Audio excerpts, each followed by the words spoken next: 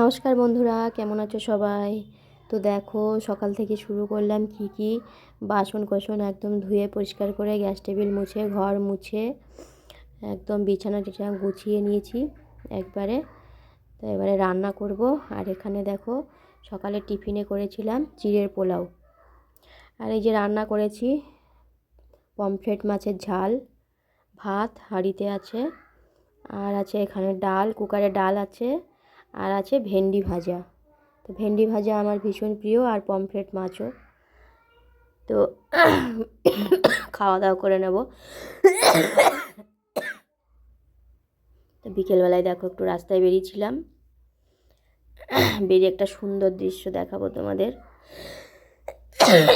দেখো, গাছে কত সেই বক পাখি বলে যেগুলোকে, বড় বড় সাইজের একদম বসে অনেকগুলো বসে আছে একসঙ্গে, আর কিছু কিছু আবার উঠছে আকাশ দিয়ে, মানে দারুণ লাগছিল পরিবেশটা। ওই জন্য একটুখানি ভিডিও করে নিলাম। তারপর দেখো, সন্ধেবেলায় এসে টিফিন করছি। এটা হলো গোলা রুটি বলি আমরা, গোলা রুটি আর আলু ভাজা।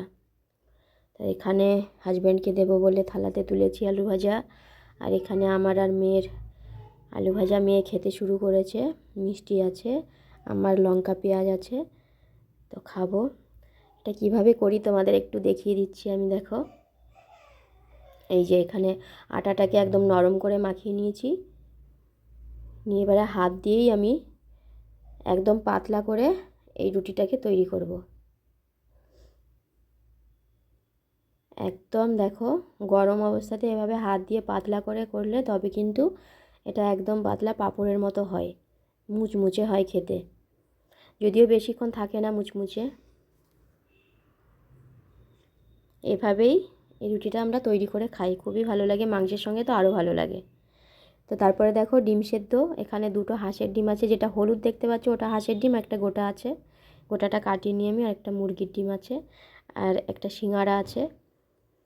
তো রাতে দেখো মাংস আর ভাত, গরম গরম মাংস ভাত খাবো। তো কেমন লাগলো ভিডিওটা তোমাদের অবশ্যই কমেন্ট করে জানিও।